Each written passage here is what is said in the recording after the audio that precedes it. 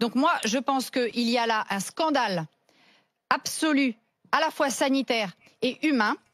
Et à ce titre, je renvoie vers le site de Bruno Gassio et d'un collectif d'avocats qui doit permettre à la fois à des patients, des soignants et des citoyens de pouvoir porter plainte, parce qu'il va falloir à un moment donné demander des comptes sur cette question-là, sur le fait que dans les EHPAD aujourd'hui, aujourd'hui, il y a des gens qui sont en train de mourir. Je ne parle pas, le Rivotril n'est pas de l'euthanasie, hein, j'ai bien conscience de ce que c'est. Je dis simplement que le Rivotril, normalement, dans n'importe quel soin palliatif, il faut qu'il y ait l'accord des familles. Les familles sont depuis le début laissées à l'écart, c'est-à-dire qu'on a mis les EHPAD sous cloche et on ne demande rien aux familles. Donc les familles sont privées d'accompagner leurs parents. Oui, mais je ne comprends pas qu'il n'y ait pas un contact, parce que certes, on ne peut pas physiquement aller voir sa mère ou sa grand-mère ou son grand-père ou son grand-père. Les soignants, ils n'ont pas le temps toute la journée de faire des Skype. Vous ne pouvez pas balader des Skype toute la journée. Donc il y a des patients qui sont abandonnés et dans leur dernier moment. On ne peut pas les appeler, les personnels, on peut pas appeler le personnel. Et particulièrement dans ces moments où des décisions médicales sont prises sans l'accord des familles. Si je peux intervenir, il vous manque un élément qui est primordial. Cet élément primordial, c'est que la bascule dans la gravité, dans cette affection, dans le Covid-19, malheureusement, elle est extrêmement, mais alors extrêmement brutale chez les gens âgés. C'est-à-dire que quelqu'un qui va bien, tout d'un coup, en l'espace de 2-3 heures, va aller très mal et va mourir en quelques heures. C'est extrêmement rapide. Donc ça veut dire par là, je veux dire par là que la décision collégiale, bien sûr, et j'ai des lits palliatifs, donc je sais de quoi je parle. La décision collégiale, bien sûr.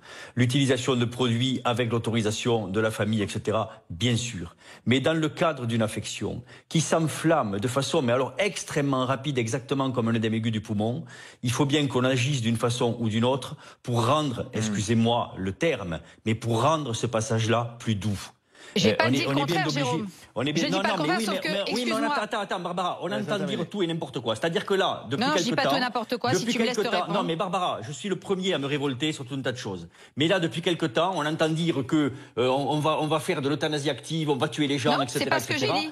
On est face à une maladie qui est particulière, qui fait basculer les gens dans un état extrêmement dégradé en l'espace de quelques heures, avec une issue fatale qui arrive très vite. Est-ce que tu peux répondre à ma question? Et on a des gens... Non, mais non, la personne, excuse-moi, Jérôme. Laisse-moi finir, s'il te plaît, je suis par téléphone, c'est difficile. On a des gens qui sont extrêmement dyspnéiques, qui ont la mort la plus affreuse que l'on peut imaginer, qui est celle de mourir, de mourir en s'étouffant. Et on a des produits qu'on utilise d'habitude qui sont en rupture de stock. Parce que c'est ça aussi la France. Les produits type Flovelle et tout ça commencent à manquer. Et donc on nous fait passer. C'est incroyable comme on peut ne pas être entendu. Ah, ça y est, attention Jérôme, c'est porté. C'est incroyable comme on peut ne pas être entendu. Je n'ai jamais dit que le Rivotril c'était de l'euthanasie active. Pas du tout.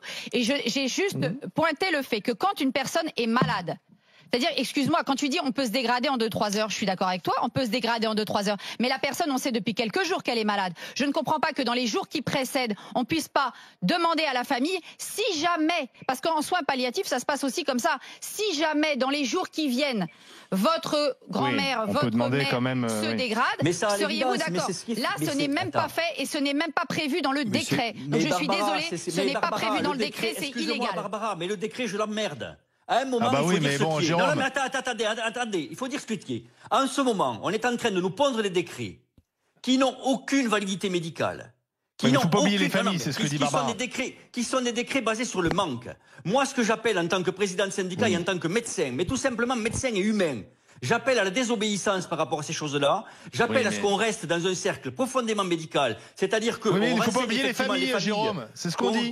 Qu'on renseigne les familles autant le temps, qu'on leur demande l'autorisation d'agir ou de ne pas agir, etc. Et que ce soit fait dans l'ordre, véritablement en respectant ce qu'est la médecine, mais qu'on n'obéisse pas à des ARS qui ont des décisions qui ne sont absolument pas médicales. Le problème, c'est que, Jérôme... Non, le problème, c'est qu'il y a des familles qui se sentent exclues puisqu'il n'y a plus de visites et qu'on a l'impression que non seulement elles n'ont plus le droit d'être en contact avec ces personnes qui sont aussi parfois dans des détresses psychologiques, etc. Et voilà, il faut que les familles puissent continuer à avoir un lien.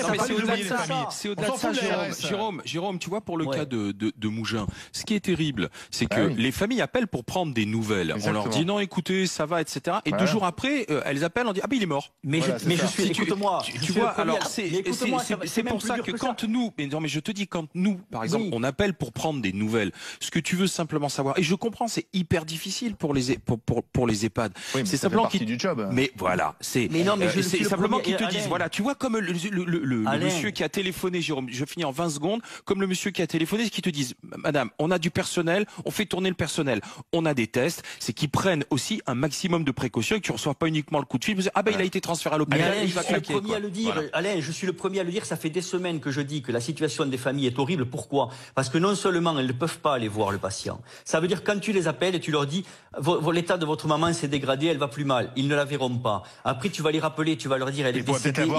Attends, laisse-moi finir, je t'en prie, parce que c'est grave. Tu vas leur dire elle est décédée, ils ne la verront pas, et le corps va être mis en bière, ils ne l'auront jamais vu. Ce qui veut dire qu'ils ne pourront jamais faire le deuil. Peut-être qu'on peut aussi autoriser une visite d'une personne avec un masque. Je suis désolé, moi, parce que tu dis les circulaires, les décrets, et il faut aussi faire preuve un peu de souplesse et d'intelligence. C'est-à-dire que je ne comprends pas qu'une personne ne soit pas autorisée masquée à venir voir son parent qui est en train de mourir. Sans doute, c'est ce qu'il faut mettre en place, oui. Mais voilà, c'est pas mis en place. Mais sauf que t'as pas le droit, donc tu peux toujours me dire, on en a rien à faire de l'ARS et des décrets. Tu n'as pas le droit parce qu'on te laissera pas rentrer et ton ancien va mourir tout seul. Moi, je veux parler, moi, un peu. Barbara, tu peux aussi désobéir. Tu peux aussi pas rentrer de force dans un EHPAD.